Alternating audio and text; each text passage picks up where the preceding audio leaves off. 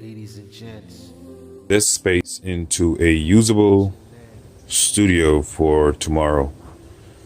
As you can see, my space is all preoccupied with some doors I use to block light.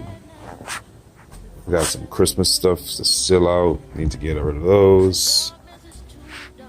Soft boxes. Some policy buff.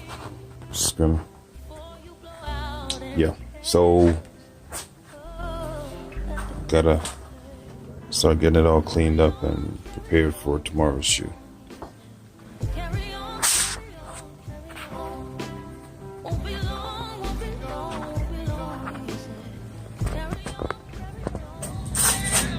Oh, here's the after effects of shifting around, getting rid of the boxes of the Christmas decoration.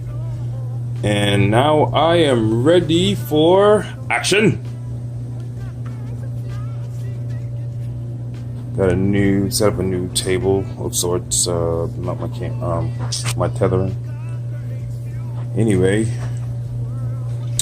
I'm ready for my close-up, Mr. DeVille. Mr. DeVille! Anyhow, this is Romeo Duncombe-Clarke.